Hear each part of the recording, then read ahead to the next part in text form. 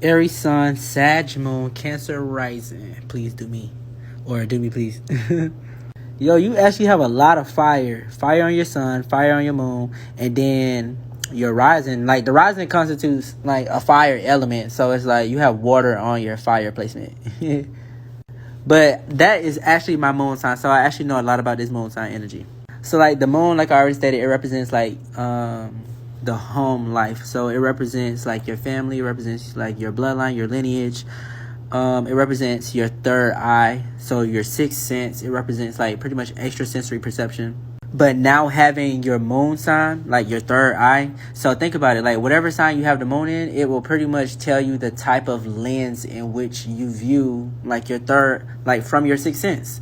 So having a Sag moon entails that, like, you actually, oh, yo, this sign gets so deep. Like, think about it. Sagittarius is a fire sign. So think about it. How the moon is a water element. It's of a water element. The moon is normally discreet, but now that the moon is in a fire element, it is now, like, much more illuminated. Like, water is the complete opposite of fire. So water is pretty much the shadow realm, because, like, water dissipates fire energy. But so getting back into fire and how fire represents, like, a form of external vision, but it's still connected to the spiritual realms, just for the simple fact that fire and water are polar opposites to each other. So whereas, like, water is like a more slowed down form of intuition, fire is like a much more quickly sped up version of that intuition. So, like, with fire moon signs, we pretty much have, like, a quick form of vision, like, with our intuition. So even though the moon goes slow, like, everything is much more vivid in detail, just for the simple fact that it is now illuminated with it being in a fire element. So, like, when you daydream, you can clearly see things as they are, like, as if you were physically looking at it. Sometimes it gets so deep to the point where you could, like, zone out in the physical realm, like, just from seeing with your spiritual eyes, which is your mind's eye, or the third eye.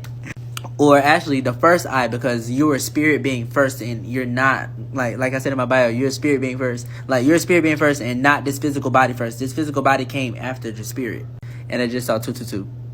But Sagittarius is ruled by the 9th house. And the 9th house, I'll put, like, what it means up here, like, a little bit of it. But I really want to get back into, like, how you can manifest things into this physical realm.